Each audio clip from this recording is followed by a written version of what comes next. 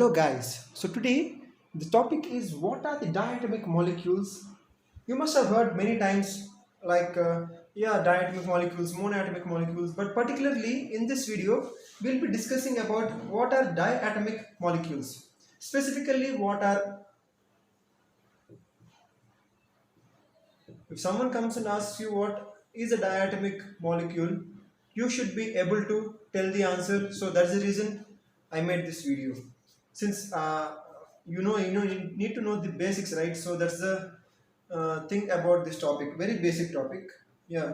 First, if we start with hydrogen, H2, and nitrogen, N2, F2, O2, I2, Cl2, and Br2. Bromine, chlorine, iodine, oxygen, fluorine, nitrogen, hydrogen. So now if you see hydrogen, it is H2, it is not H1 or H, and nitrogen is N2, and again this is also two nitrogens, two fluorines, two oxygens, two iodines, two chlorines, and two bromines.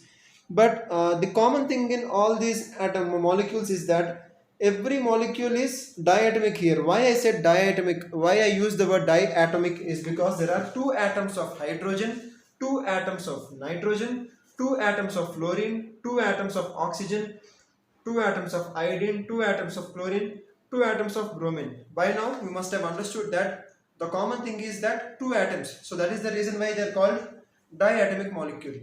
But how to remember these particular 7 1 2 3 4 5 6 7 elements, right? 7 elements in the periodic table: hydrogen, nitrogen, fluorine. How to remember these all? There is a trick for this to remember the sequence, that is have, no, fear.